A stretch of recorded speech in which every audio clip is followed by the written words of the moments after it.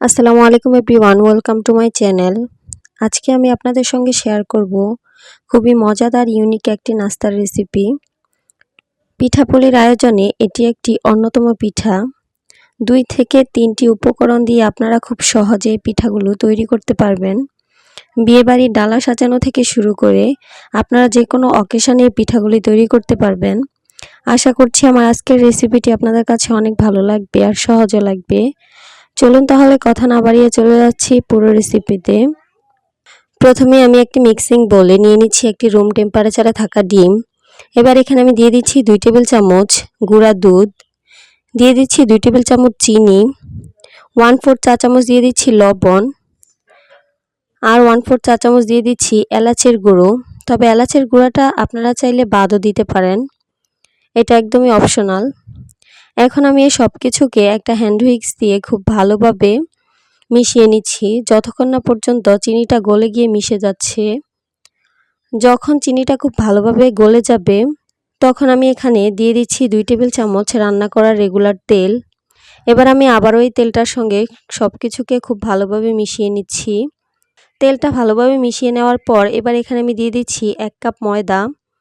এবার আমি ময়দাটার সঙ্গে খুব ভালোভাবে সব কিছুকে আবারও মিশিয়ে একটা ডো তৈরি করে নিব। আমি এখানে একটা ডিম দিয়ে আর 1 কাপ ময়দা দিয়ে পিঠাগুলি তৈরি করছি। তবে আপনারা চাইলে এখানে আরও বেশি করে পিঠা বানিয়ে নিতে পারেন, সেক্ষেত্রে সব কিছুর পরিমাণটা ডাবল হবে। এবার দেখুন আমার এখানে খুব সুন্দর একটা ডো তৈরি করা হয়ে গেছে।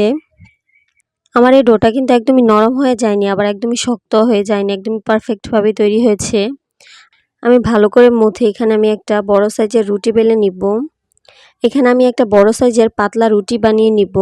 দেখতেই পাচ্ছেন আমার এখানে খুব সুন্দর একটা রুটি বানানো হয়ে গেছে।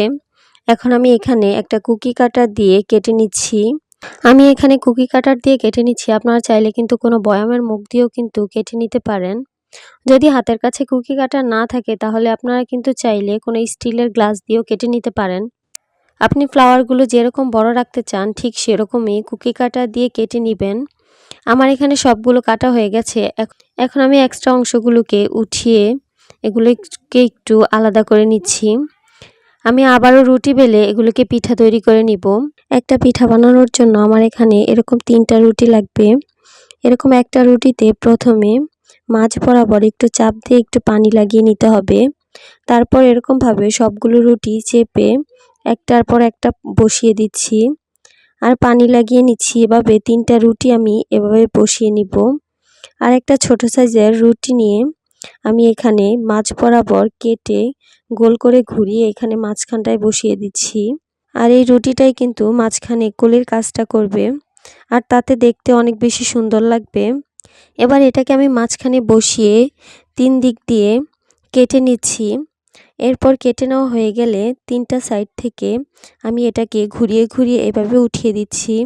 একদমই সহজ একটা ব্যাপার, আপনারা দেখে নিশ্চয়ই বুঝতে পারছেন।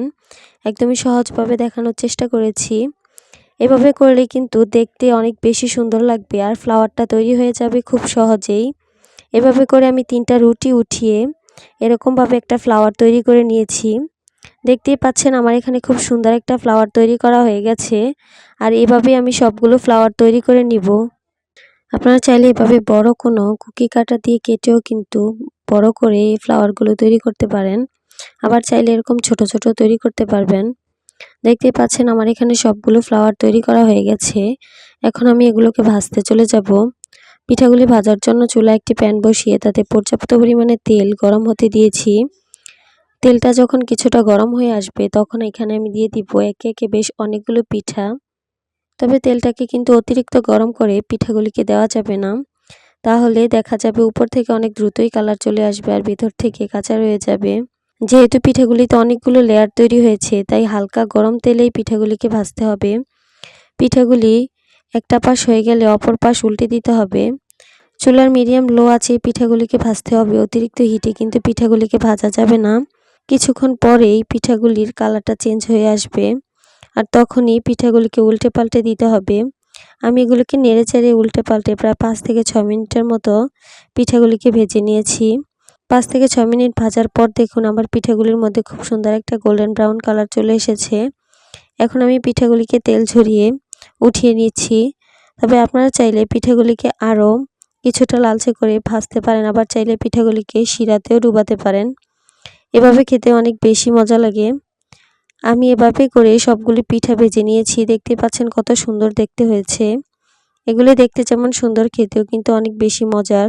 কোনো এয়ারটাইট বক্সে রেখে এটা নরমালি 1 মাসের মতো খাওয়া যাবে। এগুলি দেখতে যেমন, খেতেও কিন্তু অনেক বেশি মজার। আশা করছি আমার আজকের রেসিপিটি আপনাদের কাছে অনেক ভালো লাগবে আর সহজও লাগবে। যদি ভালো লেগে থাকে অবশ্যই আমার চ্যানেলটি সাবস্ক্রাইব করবেন আর পাশে থাকা বেল বাটনটি ক্লিক করে রাখবেন আমার পরবর্তী ভিডিওর নোটিফিকেশন সবার আগে পাওয়ার জন্য। আজকে এ পর্যন্তই। সবাই অনেক বেশি ভালো থাকবেন। আল্লাহ হাফেজ।